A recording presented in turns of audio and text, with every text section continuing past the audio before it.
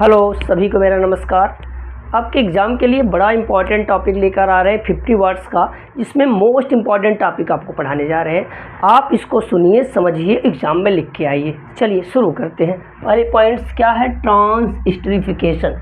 ट्रांसस्टरीफिकेशन क्या है पहले समझते हैं। स्टरीफिकेशन, कोई भी एसिटिक एसिड जब एल्कोहल से रिएक्ट करता है तो ईस्टर का फॉर्मेशन करता है, उसको होता है स्टरीफिकेशन। जब फिर वो ईस्टर एल्कोहल से रिएक्ट करता है in acidic medium, that is your here sulphuric acid, तो फिर वो ईस्टर का फॉर्मेशन कर देता है। उसी को क्या कहते हैं? ट्रांसस्टरीफिकेशन। ध्यान सुना, ईस्टर और दिस इज ईस्टर। ये क्या है? ईस्टर। CH3CO मिथाइल एस्टेट है, रिएक्ट विथ एल्कोहल, ये एल्कोहल से रिएक्ट कर रहा है टू गिव न्यू ईस्टर। ये नया ईस्टर का क्या कर रहा है? फॉर्मेशन कर रहा है। देख रहे हो, CH3 यहाँ CO2 हो गया, इज नोन एज ट्रांसस्टरीफिकेशन। तो हमने क्या लिया है? मिथाइल एस्टेट लिया है, यहाँ क्या लिया? इथाइल एल्कोहल लिया है। ये और ये क्या है? एसिडिक है या बेसिक मीडियम में आप कह सकते हैं, कोई बेसिक मीडियम में आ सकता है। तो ये क्या होता है? क्या किसका फॉर्मेशन कर रहा है? ये इथाइल एस्टेट बना रहा है, इथाइल एस्टेट बना रहा है, और इधर एल्कोहल जनरेट कर रहा है। तो फिर देखो, जैसा है ये, अब ऐसा ही जनरेट किया ईस्टर है, फिर एल्कोहल जनरेट किया, तो इसी को क्या कहते हैं? ट्रांसस्टरीफिकेशन। बड़ा इंपॉर्टेंट टॉपिक आपके एग्जाम के लिए। फिर से देखो, ऐसे ester react with alcohol to give new ester, this is known as transesterification. This is ester, this is alcohol in presence of acidic और basic medium, also gives new ester. This reaction is known as transesterification. बड़ा important topic है ये, इसको क्या करिए? Note out कर लीजिए। चलिए, हो सकता है आप स्क्रीनशॉट ले लिए होंगे।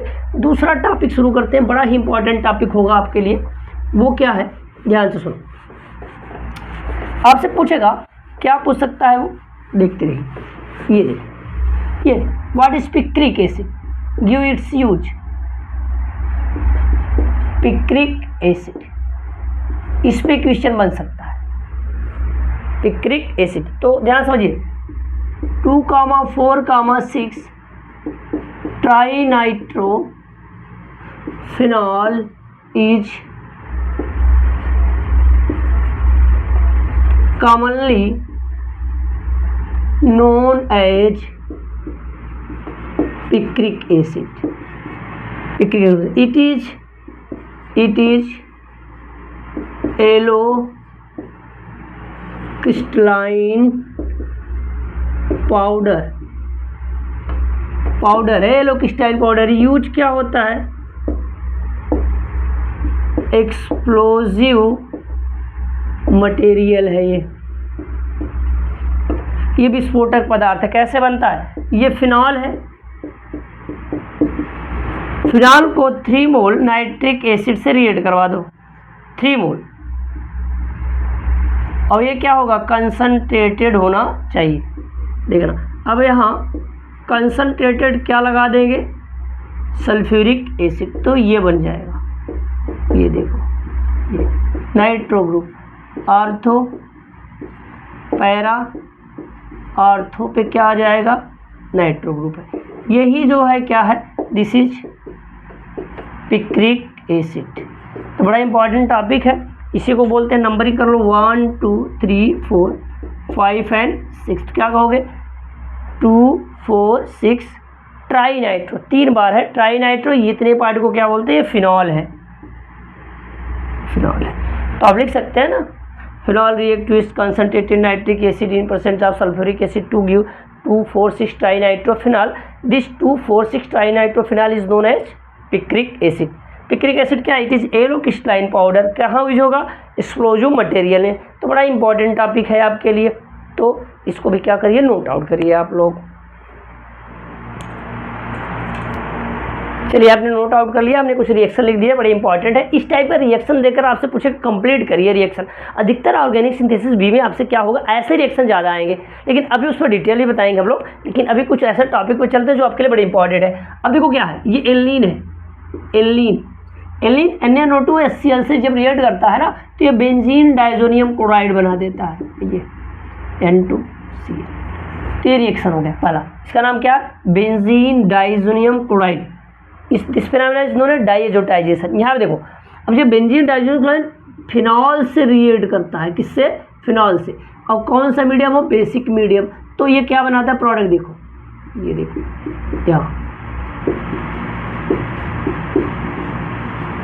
ये प्रोडक्ट है, इसका नाम है para amino azobenzene. Para amino azobenzene, इसी को बोलते हैं एजोडाई। एजोडाई, अगर एजोडाई पे पूछे आपसे तब भी ये रिएक्शन लिख सकते हो, व्हाट इज एजोडाई, तो ये लिख लेना रिएक्शन, ठीक है। अब ये एलिन से रिएक्ट कर रहा है, बेंजीन डाइजोनियम क्लोराइड किससे रिएक्ट कर रहा है, एलिन, ये क्या है बेंजीन साइड में डाइजोनियम क्लोराइड BDC। अब कौन सा मीडियम ले लो, एसिडिक मीडियम, तो ये भी डाई बना देता है, देखना ये एजोडाई बनाया, बस क्या है वहाँ फिनाल था, यहाँ क्या एलिन है, इसका नाम है पैरा एमिनो एजोबेंजीन, ये भी एजोडाई है। ये ऑरेंज कलर होता है, किस कलर होगा, ऑरेंज। ये किस कलर होगा, येलो। तो अगर एजोडाई पूछे तो एजोडाई के नाम से, व्हाट इज एजोडाई, एजोडाई, तो अब ये दोनों रिएक्शन लिख देना। तो बड़े इंपॉर्टेंट टॉपिक है आपके एग्जाम के लिए, अच्छे से याद रखा। फिर देख लो, अगर ये इस टाइप का देगा यहाँ पर, तो आपने बेंजीन डाइजोनियम क्लोराइड बनाना है, ये बेंजीन डाइजोनियम क्लोराइड से फिनॉल रिएक्ट करवाता है, अगर ऐसा कंडीशन लिखता है तो आपने क्या बनाना है, बड़ा इंपॉर्टेंट है, ये ऐड कर दो, बस ये हटाओ, यहाँ से इधर सेट कर दो, देखो यहाँ पे, ठीक है, तो बड़ी इंपॉर्टेंट है। अब एग्जाम है तो आप क्या करेंगे, जल्दी में आपको पढ़ना है, ये चीज़ बड़े इंपॉर्टेंट टॉपिक है, नोट आउट करिए आप लोग, जल्दी करिए, जल्दी जल्दी जल्दी। देखिए बड़ा इंपॉर्टेंट टॉपिक है क्या, NH3 is more basic than aniline, why 50 words में। एलिन कह रहा है कि ध्यान समझिए, जो ये अमोनिया है ये ज़्यादा बेसिक है किससे, एलिन से। तो आओ देखते हैं कि जो बेसिक नेचर होता है किस बात पर डिपेंड करता है, बेसिक नेचर वो डायरेक्टली प्रोपोर्शनल होता है अवेलेबिलिटी ऑफ लोन पेयर। जहाँ लोन पेयर ज़्यादा अवेलेबल रहेगा वो ज़्यादा क्या हो जाएगा, बेसिक हो जाएगा। आओ देखो, अब हमने ये अमोनिया लिया है, this is ammonia, here having lone pair, इधर H+ आया, इसके पास लोन पेयर है ना, तो अपना इलेक्ट्रॉन इसको दे देता है, तो इलेक्ट्रॉन पेयर डोनर की तरह बिहेव करेगा, तो अमोनियम आयन बना लिया, तो ये अवेलेबल है, ठीक है। चलो, तो अवेलेबल है। अब अगर हमने एनिलीन का फार्मूला बनाया, अभी आप रुको ध्यान से, कहानी में ट्विस्ट है। देखो ये नाइट्रोजन पास क्या है, लोन पेयर। अब लोन पेयर क्या होता है, इसका इसके कॉन्जुगेशन में है, ये आके पाई में, किसमें, लोन पेयर में। आओ देखो रिजोनेंस बनाया, अब समझ में आया, इधर नेगेटिव आ गया, आओ भाई इधर कौन सा चार्ज आ गया, पाई बनेगा पॉजिटिव। अब देखो ये क्या होगा, यहाँ पे रिपल्सन। अब जब तक लोन पेयर नहीं रहेगा तब तक ये एक्सेप्ट नहीं करेगा, तो कह सकते हैं रिजल्ट में, कह सकते हैं रिजल्ट में हम लोग क्या लिख सकते हैं कि lone pair of LP of aniline involved in resonance. Due to this, availability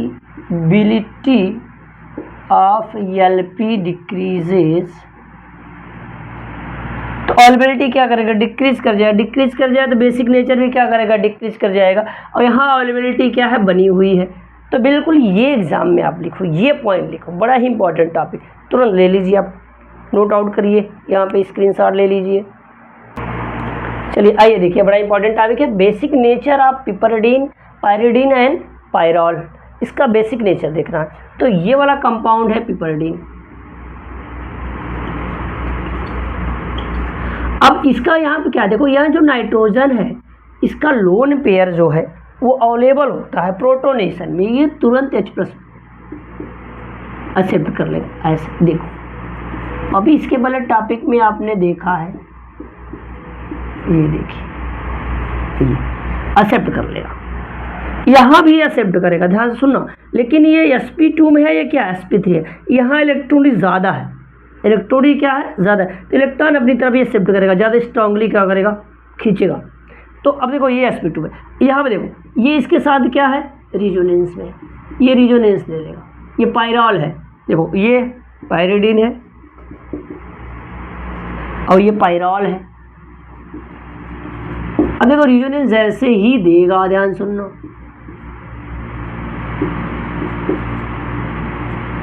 इधर नेगेटिव, ये क्या हो गया पॉजिटिव। अब देखो क्या ये प्रोटोनेशन में जाएगा, नहीं, ये प्रोटोनेशन में नहीं जाएगा। तो कह सकते हैं इसकी बेसिक नेचर में पहले कौन आया, पिपराडीन, फिर क्या आया पायरिडीन, फिर क्या आया पायरॉल। तो ये नेचर है, कौन सा ऑर्डर, ये decreasing order, decreasing order of basic nature. तो बड़े आराम से आप बताओ, इधर क्या है, अवेलेबिलिटी ऑफ लोन पेयर है, ठीक है, यहाँ पे कहाँ जा रहा है, रिजोनेंस, अवेलेबिलिटी नहीं है, यहाँ अवेलेबिलिटी है, ठीक है, लेकिन ये किसमें sp2 में है, किसमें sp3 में, इसकी इलेक्ट्रॉनिक ज़्यादा होती है, तो ये इसकी इलेक्ट्रॉनिक कम होती है, तो अवेलेबल रहेगा, ये अवेलेबल रहेगा प्रोटोनेशन, क्योंकि यहाँ ये उतना अवेलेबल नहीं रहेगा जितना यहाँ रहेगा। तो इस केस के अकॉर्डिंग आप बता सकते हैं ये डिक्रीजिंग ऑर्डर ऑफ बेसिसिटी, कि भी इसको क्या करिए, नोट आउट कर लीजिए आप, बड़ा इंपॉर्टेंट टॉपिक आपके एग्जाम के लिए है, देखते रहिए वीडियो, बने रहिए ऐसे ही। आइए देखिए, बड़ा इंपॉर्टेंट टॉपिक क्या है, ग्रिग्नॉट रिएजेंट। ग्रिग्नॉट रिएजेंट को हम कैसे दिखाते हैं, RMGX, किसे दिखाते हैं, RMGX। तो जो RMGX होता है, ये R कार्बन की चेन है, ये इनके बीच यहाँ निगेटिव, सॉरी यहाँ पॉजिटिव, यहाँ निगेटिव, और ये बॉन्ड पोलर होता है, कैसा होता है, पोलर बॉन्ड होता है। अगर हम यहाँ कार्बन की चेन रख लें, ऐसे एल्किल ग्रुप रख लिए, तो इधर ध्यान समझना, इधर पार्शियल पॉजिटिव, इधर पार्शियल क्या हो जाए, निगेटिव। तो ऐसे कंपाउंड क्या कहलाते हैं, ऑर्गेनोमेटेलिक कंपाउंड। अब ध्यान समझना, कोई कह रहा है कि Grignard reagent is prevent from protic compound, why, protic compound such as water व अल्कोहल, इससे क्यों बचाया जाता है, क्या रीजन, मॉइस्चर नहीं रहना चाहिए, क्यों, नमी इसको खराब कर देती है, क्यों, और देखते हैं क्यों ऐसा। देखो क्या होता है, होगा क्या, यहाँ पे देख रहा हूँ ध्यान से, ये MgBr, अब ये वाटर से रिएक्ट किया, ठीक है, अब वाटर जब टूटेगा तो ध्यान समझो, तो इधर माइनस आएगा, इधर क्या आएगा, प्लस आएगा, तो ये MgOH बनाया, और ये CH3 पे क्या हो जाएगा, माइनस आएगा, क्योंकि आपको पहले से पता है इधर निगेटिव, इधर क्या पॉजिटिव, टूटेगा, तो ये H प्लस जो वाटर टूट के देगा, इसके साथ अटैच हो जाएगा, तो ये कोई भी हाइड्रोकार्बन बना देगा। तो जब हाइड्रोकार्बन बनने के कारण ये स्प्लिट कर जाएगा, ये नेचर अपना बना नहीं पाएगा, इसलिए इसे क्या स्टोर किया जाता है, कि प्रिवेंट किया जाता है कि इसके साथ कोई प्रोटिक सॉल्वेंट लगे होंगे ना। तो आप लिख सकते हैं it is prevent from protic medium because it is highly reactive with protic compound due to carbon metal polar bond, it converted into hydrocarbon. तो इसका कोई नेचर नहीं रहेगा, ये हाइड्रोकार्बन भी क्या हो जाएगा, जनरेट हो जाएगा। तो बड़ा इंपॉर्टेंट टॉपिक रहा ये, ग्रिग्नॉट रिएजेंट्स को बचाया जाता है क्यों, नोट आउट करिए, जल्दी नोट आउट करिए, आप लिखिए इसको जल्दी। चलो ऐसे देखिए, बड़ा इंपॉर्टेंट आइसोप्रीन रूल क्या है, आइसोप्रीन क्या है, आइसोप्रीन रूल क्या है, ध्यान सुनना है यहाँ पे। आइसोप्रीन क्या होता है, 2-मिथाइल ब्यूटा 1,3 डाइईन। देखो हमने स्केलेटन बनाया, ये 1, 2, 3 और 4, और ये मिथाइल ग्रुप है, 2 लगा है, तो लगा 2 मिथाइल। अब कहा गया 1,3 पे लगा है, और ये 4 कार्बन है, तो ब्यूटा डाइईन, तो ब्यूटा 1,3 डाइईन है। अब क्या होता है, जो ये मिथाइल वाला पार्ट इसमें आ रहा है, इसको हेड मानते हैं, और ये जो अधिक कार्बन वाला इधर निकल जाता है, उसको क्या मानते हैं, टेल।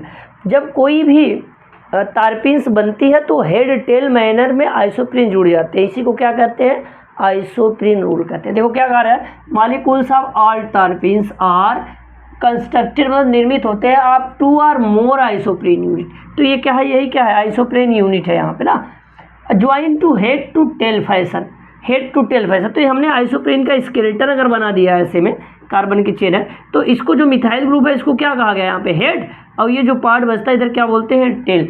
तो ये देखो माइरिसीन है, इसमें देखो ये क्या है, इधर से आपने कहा कि हेड और इधर से इसका पार्ट क्या है, टेल, आपस में ज्वाइन हो रहे हैं, तो ये इसी रूल को क्या कहा जाता है, आइसोप्रीन रूल। मतलब आइसोप्रीन जो यूनिट है बार बार क्या होती है, रिपीट होती है, 2 और more than 2, this is known as isoprene. बड़ा इंपॉर्टेंट टॉपिक है आपके एग्जाम के लिए, नोट आउट करिए जल्दी आप लोग। बड़ा इंपॉर्टेंट टॉपिक आपके एग्जाम के लिए है, ध्यान से सुनिए इसको। क्या है ये, इतना बड़ा एग्जाम्पल देखो क्या है, कार्बिल एमीन रिएक्शन, या इसी को आइसोसाइनाइड रिएक्शन या टेस्ट बोलते हैं। देखो जब भी कोई प्राइमरी एमीन हो, प्राइमरी एमीन, वो चाहे एलिफेटिक वाला हो और चाहे वो एरोमेटिक वाला हो, रिंग वाला, बेंजीन रिंग वाला, ये एनिलीन है और ये इथाइल एमीन है, तो प्राइमरी होना चाहिए। प्राइमरी का मतलब है कि एक ही कार्बन की चेन हो, देखो या नाइट्रोजन एक ही कार्बन चेन है, तो ये क्लोरोफॉर्म और एल्कोहलिक के वजह से जब रिएक्ट करते हैं तो ये कंपाउंड बनाते हैं आइसोसाइनाइड। क्या बनाएंगे, आइसोसाइनाइड बनाएंगे। ये आइसोसाइनाइड वास्तव में क्या नाम है इसका, कार्बिल एमीन। इसको कार्बिल एमीन रिएक्शन के नाम से जाना जाता है, तो इसको कहेंगे इथाइल आइसोसाइनाइड। और ये क्या है यहाँ जो बना है, फिनाइल आइसोसाइनाइड। अब क्या होता है, ये जैसा होता कि इसकी गंध इतनी खराब होती, इतना ऑर्डर खराब होता है, स्मेल इतना खराब होता है कि आपको लगता है उल्टी हो जाएगी, उल्टी हो जाएगी।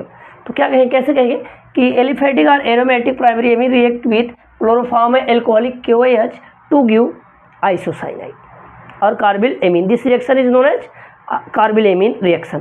This is used to identify the primary amine, aliphatic and aromatic, and also known as isocyanide test. This is very useful, note down. Okay,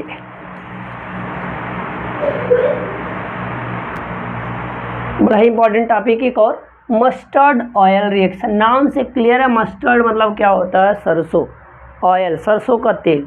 तो क्या होता है इसमें जो प्राइमरी एमीन होती है, जैसे हमने इथाइल एमीन लिया है, कार्बन डाइसल्फाइड से रिएक्शन करवा दो, तो जब कार्बन डाइसल्फाइड से रिएक्ट करता है तो डाइथियोकार्बैमिक एसिड का फॉर्मेशन करता है। जब इसको मर्क्यूरिक क्लोराइड से रिएक्ट करवाते हैं तो ये एल्किल आइसोथायोसाइनेट का फॉर्मेशन करता है। तो चूंकि यहाँ एल्किल ग्रुप के स्थान क्या इथाइल ग्रुप है, तो हमने क्या किया, इथाइल आइसोथायोथाइनेट।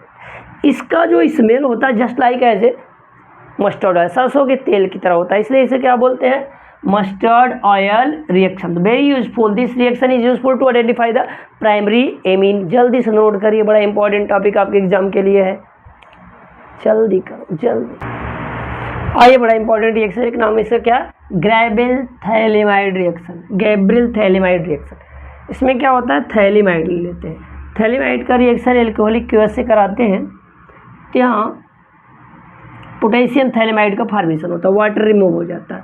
इसका डाइल्यूट HCl से जब रिएक्शन करवाते हैं तो प्रेशर देते हैं, तो ऐसे केस में थैलिक एसिड और क्या, प्राइमरी एमीन बनाता है। तो this reaction is very useful to preparation of primary amine.